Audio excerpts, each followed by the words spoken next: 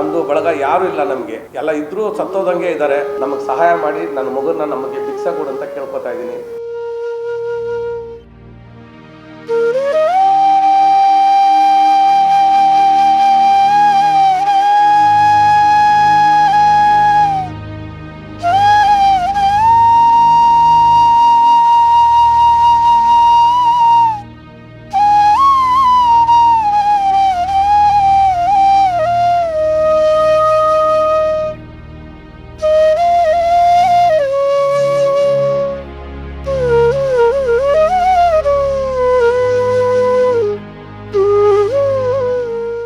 ನಮಗೆ ಏನು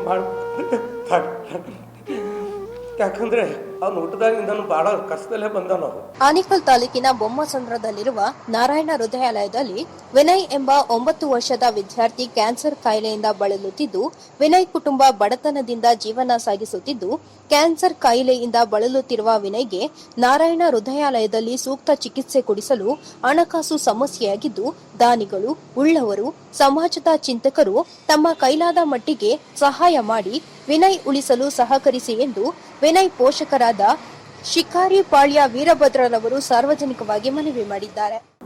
ನಮಸ್ಕಾರ. ಕರ್ನಾಟಕ ಜನದ ಎಲ್ಲ ಜನಗಳಿಗೆ ನನ್ನ ಧನ್ಯವಾದಗಳು.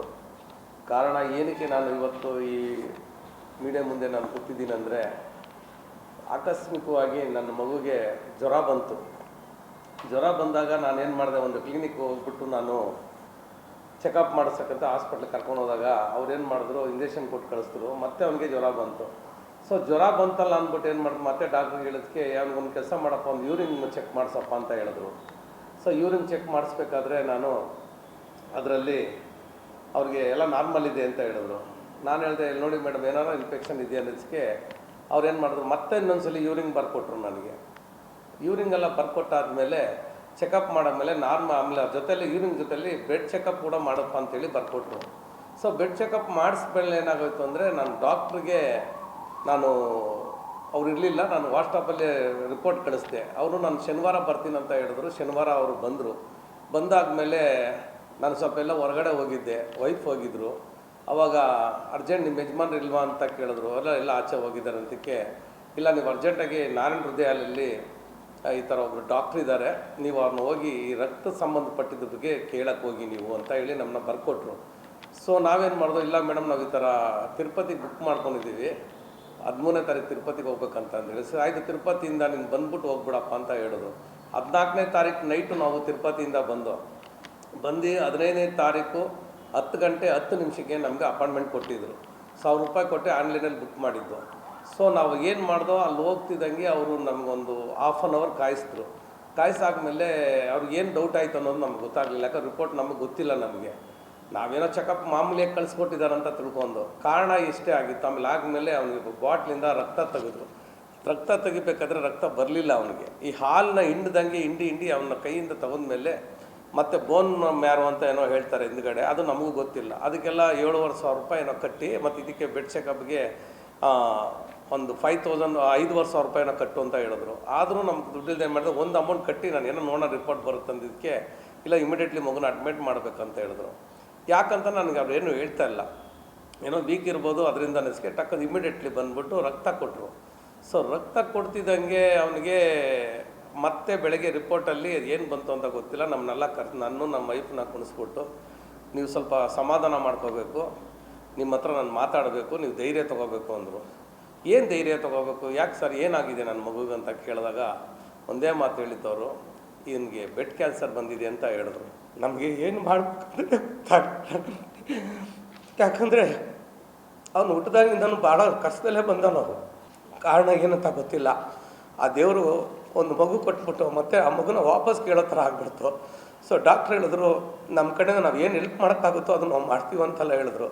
ನಮಗೆ ಸಪೋರ್ಟ್ಗೆ ಈಗ ನಮ್ಮ ತಾಯಿ ಬೇರೆ ತಿರೋಗಿ ಒಂದು 2 ವರ್ಷ ಆಗಿದೆ. ಅದರಲ್ಲೂ ಸ್ವಲ್ಪ ತುಂಬ ಲಾಸ್ ಆಗೋಯ್ತು. ನಮ್ಮ ಅಮ್ಮನ ಕಳ್ಕೊಬಿಟ್ಟೆ, ನನ್ನ ತಿದ್ದಿದ್ದೆಲ್ಲ ಎಲ್ಲ ಕಳ್ಕೊಬಿಟ್ಟೆ. ಕಡೆಗೆ ನನ್ನ ಮಗುಗೆ ಇವಾಗ ಬಂದು 15ರಿಂದ 17 ಲಕ್ಷ ಬೇಕು ಅಂತ ಹೇಳಿ ಇದನ್ನ ಕೊಟ್ಟಿದ್ದಾರೆ, ನಾರಾಯಣ ಹೃದಯಾಲಯಲ್ಲಿ ಕೊಟ್ಟಿದ್ದಾರೆ. ಕೊಟ್ಟ ಮೇಲೆ ನಾವು ಹೇಳಿದೆ, ನಾನು ಏನು ಮಾಡೋದು ಸ್ವಾಮಿ, ನಮ್ಮ ಹತ್ರ ಇಷ್ಟೆಲ್ಲ ಇಲ್ವಲ್ಲ ಅಂದಿದ್ದಕ್ಕೆ ನೀವೇನಾದರೂ ಮಾಡಿ ನಮ್ಮ ಕೈಲಾಗಿ ನಾವು ಸಹಾಯ ಮಾಡ್ತೀವಿ ಅಂತ ಹೇಳಿದಾಗ ಅವ್ರು ಹೇಳಿದ್ದು ಒಂದೇ ಮಾತು, ನಾವು ಎಷ್ಟು ಮಾಡ್ಬೇಕಂದಾಗ ಅವ್ರು ಇದೇ ಹುಡುಗನೇ ಇರೋದು. ಇವನಿಗೆ 9 ವರ್ಷ ತುಂಬಿದೆ. ಇದರಿಂದ ಇವಾಗ ಬ್ಲಡ್ ಕ್ಯಾನ್ಸರ್ ಅಂತ ಹೇಳಿದ್ದಾರೆ, ಈಗ ಟ್ರೀಟ್ಮೆಂಟ್ ಕೊಡ್ತಾ ಇದ್ದಾರೆ. ಬಟ್ ಅವ್ನು ತುಂಬ ಸೀರಿಯಸ್ ಥರ ಆಗ್ತಾ ಇದ್ದಾನೆ. ಮತ್ತು ದಿನ ದಿನ ಜ್ವರ ಬರೋದು ಹೋಗೋದು ಇದೆಲ್ಲ ಆಗ್ತಾಯಿದೆ. ನಮ್ಗೆ ಹಾಸ್ಪಿಟ್ಲಿಗೆಲ್ಲ ದುಡ್ಡು ಕಟ್ಟೋಕ್ಕೆಲ್ಲ ತುಂಬ ಕಷ್ಟ ಆಗ್ತಾಯಿದೆ. ನಮ್ಮ ಫ್ರೆಂಡ್ ಸರ್ಕಲಲ್ಲಿ ಸುಮಾರು ಜನಕ್ಕೆ ಕೇಳಿದ್ದೀವಿ, ಅದ್ರಲ್ಲಿ ಮಾಡೋರು ಕೆಲವರು ಮಾಡ್ತಾ ಇದ್ದಾರೆ, ಕೆಲವರು ಫೋನು ಕೂಡ ತೆಗಿತಾ ಇಲ್ಲ. ಏನಂತ ಗೊತ್ತಿಲ್ಲ, ಯಾಕೆ ಮನ್ಸು ಕಲ್ಲು ಮಾಡ್ಕೊಂಡಿದ್ದಾರೋ ಏನನ್ನೋದೇ ಗೊತ್ತಿಲ್ಲ. ಅದರಿಂದ ನಾನು ಕರ್ನಾಟಕ ಜನಕ್ಕೆ ನಾನು ಕೇಳ್ಕೊತಾ ಇದ್ದೀನಿ, ದಯವಿಟ್ಟು ನನ್ನ ಮಗುನ, ಆ ಮಗು ನಿಮ್ಮದು ಅಂತ ತಿಳ್ಕೊಳ್ಳಿ. ಇವತ್ತು ಎಲ್ಲೆಲ್ಲೋ ಓಡಾಡ್ತೀರ, ಎಷ್ಟೆಷ್ಟೋ ಖರ್ಚು ಮಾಡ್ತೀರಾ. ನಿಮ್ಮ ಕೈಲಾಗಿದ್ದು ಒಂದು ಸಹಾಯ, ಒಂದು 50 ರೂಪಾಯಿನೋ 100 ರೂಪಾಯಿನೋ ಎಷ್ಟಾಗುತ್ತೋ ನೀವೆಲ್ಲ ಒಂದು ಸಹಾಯ ಮಾಡಿ. ನಮ್ಮ ಕೈಗೂ ದುಡ್ಡು ಕೊಡಬೇಡಿ, ನಾನು ಅಕೌಂಟ್ ನಂಬರ್ ಕೊಡ್ತೀನಿ, ಹಾಸ್ಪಿಟ್ಲ್ದು ಇದೆಲ್ಲ ಕೊಡ್ತೀನಿ, ನೀವು ಅಲ್ಲಿಗೆ ಹಾಕ್ಬಿಡಿ. ಇಲ್ಲಾಂದರೆ ದುಡ್ಡು ಬೇಡ, ನನ್ನ ಮಗಿಗೆ ಬಂದು ಯಾರು ಸ್ಪಾನ್ಸರ್ ಮಾಡಿ ನನ್ನ ಮಗುನ ನಮ್ಮ ಕೈ ಕೊಡಿ ಅಂತ ನಾನು ಎಲ್ಲನೂ ಕೇಳ್ಕೊತಾ ಇದ್ದೀನಿ. ದಯವಿಟ್ಟು ನಮ್ಮನ್ನ ಕಾಪಾಡಿ. ನಮಗೆ ಯಾರೂ ಇಲ್ಲ, ನಾನು ಓಪನಾಗೇ ಹೇಳ್ತಾ ಇದ್ದೀನಿ, ಬಾಂಧು ಬಳಗ ಯಾರೂ ಇಲ್ಲ, ನಮಗೆ ಎಲ್ಲ ಇದ್ದರೂ ಸತ್ತೋದಂಗೆ ಇದ್ದಾರೆ. ದಯವಿಟ್ಟು ನಮ್ಮ ಜನನೇ, ನಮ್ಮ ಕರ್ನಾಟಕ ಜನದಲ್ಲಿ ಯಾರ್ಯಾರು ಇದ್ದೀರೋ ಅವರೇ ನಮ್ಮ ಅಣ್ಣ ತಮ್ಮದಿರು ಅಂತ ಕೇಳ್ಕೊತಾ ಇದ್ದೀವಿ. ದಯವಿಟ್ಟು ನಮಗೆ ಸಹಾಯ ಮಾಡಿ, ನನ್ನ ಮಗುನ ನಮಗೆ ಭಿಕ್ಷೆ ಕೊಡು ಅಂತ ಕೇಳ್ಕೊತಾ ಇದ್ದೀನಿ. ದಯವಿಟ್ಟು ನೀವು ಬರಬೇಕು, ಅವನು ಉಳಿಸ್ಕೊಡ್ಬೇಕು, ನೀವೆಲ್ಲ ಪ್ರೇಯರ್ ಮಾಡಬೇಕಂತ ಕೇಳ್ತಾ ಇದ್ದೀನಿ. ದಯವಿಟ್ಟು ನಿಮ್ಮ ಕೈ ಮುಗಿತೀನಿ, ನಮ್ಮ ಮಗುಗೆ ಏನಾರು ಒಂದು ದಾರಿ ಮಾಡಿಕೊಡಿ. ಯಾರು ಸ್ಪಾನ್ಸರ್ಗಳು ಇದ್ದರೆ ದಯವಿಟ್ಟು ಬಂದು ಅವನಿಗೆ ಅಲ್ಲಿ ಹಾಸ್ಪಿಟ್ಲಿಗೆ ನೀವೇ ಅಲ್ಲಿ ದುಡ್ಡು ಕಟ್ಟಿ. ನಮ್ಮ ಕೈಗೂ ದುಡ್ಡು 1 ರೂಪಾಯಿನೂ ನಮಗೆ ಬೇಡ ಸ್ವಾಮಿ. ನಮ್ಮ ಮಗು ಚೆನ್ನಾಗಿ ಬರಲಿ ಅಂತ ನೀವೆಲ್ಲ ಕೇಳಿ ನಮಗೆ ಸಹಾಯ ಮಾಡಿ ಅಂತ ನಾನು ಕೇಳ್ಕೊತಾ ಇದ್ದೀನಿ ಸ್ವಾಮಿ. ಇದೇ ಫೋಟೋದಲ್ಲಿರೋ ಹುಡುಗ ಮಗು ಇದು, ಇವನಿಗೆ 9 ವರ್ಷ ಆಗಿದೆ. ದಯವಿಟ್ಟು ಅವನ್ನ ಕಾಪಾಡಿ. ತುಂಬ ಇದಾಗ್ತಾ ಇದ್ದಾನೆ. ಅವನಿಗೆ ಮೆಡಿಕಲ್ನಿಂದ ಸರೋಗುತ್ತೆ ಅಂತ ಹೇಳಿದ್ದಾರೆ. ದಯವಿಟ್ಟು ನಾವೆಲ್ಲ ಪ್ರೇಯರ್ ಮಾಡ್ತಾ ಇದ್ದೀವಿ, ನೀವು ಮಾಡಿ. ನಿಮಗೂ ಎಲ್ಲ ಗೊತ್ತಿದೆ, ಯಾಕಂದರೆ ಇವತ್ತು ಎಷ್ಟೆಷ್ಟೋ ಖರ್ಚುಗಳು ಮಾಡಿಬಿಡ್ತಾ ಇದ್ದೀರಾ. ನಾನು ಹಿಂಗೆಲ್ಲ ಹೇಳ್ತಾ ಇದ್ದೀನಿ ಅಂತ ತಿಳ್ಕೊಬೇಡಿ. ದಯವಿಟ್ಟು ಗಾಡಿ ನೀವೆಲ್ಲೋ ನಿಲ್ಲಿಸ್ಬಿಟ್ಟು ಹೋದ್ರೆ, ನೋ ಪಾರ್ಕಿಂಗ್ ಬಂದರೆ ಪೊಲೀಸವ್ನು ಬಂದರೆ 2,000 ಕೊಡಿ 3,000 ಕೊಡಿ ಅಂದರೆ ನೀವೆಲ್ಲ ಫೈನ್ ಕೊಟ್ಬಿಟ್ಟಿದ್ದೀರಾ. ಅದೇ ಫೈನ್ ಇಲ್ಲಿ ಮಗುಗೆ ಒಂದು ಕೊಡ್ತಾ ಇದ್ದೀನಿ ಅಂತ ದಯವಿಟ್ಟು ನೀವೆಲ್ಲ ಸಹಾಯ ಮಾಡಿ. ಎಷ್ಟೋ ಕಳ್ಕೊಬಿಟ್ಟಿದ್ದೀವಿ, ಕೊರೋನಾ ಟೈಮಲ್ಲಿ ಎಂತೆಂಥವ್ರೆಲ್ಲ ಕಳ್ಕೊಬಿಟ್ಟಿದ್ದೀವಿ. ಇವತ್ತು ಎಲ್ಲನೂ ನಮ್ಮ ದೇವರು ಓಡಾಡಕ್ಕೆ ಬಿಟ್ಟಿದ್ದಾನೆ. ಏನಕ್ಕಂದ್ರೆ ಇಂಥ ಮಕ್ಳಿಗೆ ಸಹಾಯ ಮಾಡಿ ಅಂತಲೇ ಕೇಳೋಕ್ಕೋಸ್ಕರ ನಮ್ಮನ್ನೆಲ್ಲ ಮತ್ತೆ ಬಿಟ್ಟಿದ್ದಾನೆ. ದಯವಿಟ್ಟು ನಿಮ್ಮ ಕೈ ಮುಗಿತೀನಿ, ಈ ಮಗುನ ಕಾಪಾಡಿ. ನೋಡಿ, ಇದು ನಾರಾಯಣ ಹೃದಯಾಲಯದಲ್ಲಿ ಕೊಟ್ಟಿರೋದು ಇದು ಸ್ಟೇಟ್ಮೆಂಟ್. ಇದು 15ರಿಂದ 17 ಲಕ್ಷ ಆಗುತ್ತೆ ಅಂತೇಳಿ ಕೊಟ್ಟಿದ್ದಾರೆ. ಅವರು ನಾರಾಯಣ ಹೃದಯಾಲಯವರು ಕೂಡ ತುಂಬ ಹೆಲ್ಪ್ ಮಾಡ್ತಾ ಇದ್ದಾರೆ. ಪಾಪ ಸುಳ್ಳು ಹೇಳಬಾರ್ದು. ಅವರು ಒಂದು ಫಸ್ಟೇ ಹೇಳ್ಬೇಕಾದ್ರೆ ನಾರಾಯಣ ಹೃದಯಾಲಯವರೇ ಒಂದು ದೊಡ್ಡ ದೇವರು ಅಂತ ಹೇಳ್ಬೇಕು ಇವಾಗ. ಯಾಕಂದರೆ ಅವ್ರು ನಮ್ಗೆ ತುಂಬ ಹೆಲ್ಪ್ ಮಾಡ್ತಾ ಇದ್ದಾರೆ. ಅಲ್ಲಿರೋ ಸ್ಟಾಫರು ಎಲ್ಲ ಹೆಲ್ಪ್ ಮಾಡ್ತಾ ಇದ್ದಾರೆ. ಅದರಿಂದ ನಮ್ಮ ಕೈಲಾಗಿ ನಾವು ಮಾಡ್ತಾಯಿದ್ದೀವಿ. ದಯವಿಟ್ಟು ನಿಮ್ಮ ಕೈಯಿಂದ ನೀವು ಮಾಡಿ. ಇದು ಯಾವ ಮಟ್ಟಿಗೆ ಬಿಲ್ ಹೋಗ್ತಿದೆ ಅಂತ ಗೊತ್ತಾಗ್ತಾ ಇಲ್ಲ. ದಯವಿಟ್ಟು ಅವನ್ನ ಕಾಪಾಡಿ, ನಮ್ಮ ಮಗುನ ಜೀವದಾನ ಕೊಡಿ ಅಂತ ನಿಮ್ಮನ್ನೆಲ್ಲ ನಾನು ಕೇಳ್ಕೊತಾ ಇದ್ದೀನಿ. ದಯವಿಟ್ಟು ನಾನು ಮಾತಾಡಿರಲ್ಲಿ ಏನಾದ್ರು ಯಾರಿಗಾದ್ರೂ ತಪ್ಪಾಗಿದ್ದರೆ ದಯವಿಟ್ಟು ಕ್ಷಮಿಸಿ. ದಯವಿಟ್ಟು ಇಲ್ಲಿ ಯಾರು ಅವರು ಇವರು ಅನ್ನೋದು ಇಲ್ಲಿ ಏನಿಲ್ಲ, ಎಲ್ಲ ನಾವೆಲ್ಲ ಅಣ್ಣ ತಮ್ಮದಿರೇ. ದಯವಿಟ್ಟು ನನ್ನ ಮಗುನ ಉಳಿಸ್ಕೊಡಿ ಅಂತ ನಾನು ನಿಮ್ಮನ್ನ ಕೇಳ್ಕೊತಾ ಇದ್ದೀನಿ. ದಯವಿಟ್ಟು ಮಾತಾಡಿ ಸ್ವಾಮಿ. ಜೈ ಕರ್ನಾಟಕ ಮಾತೆ.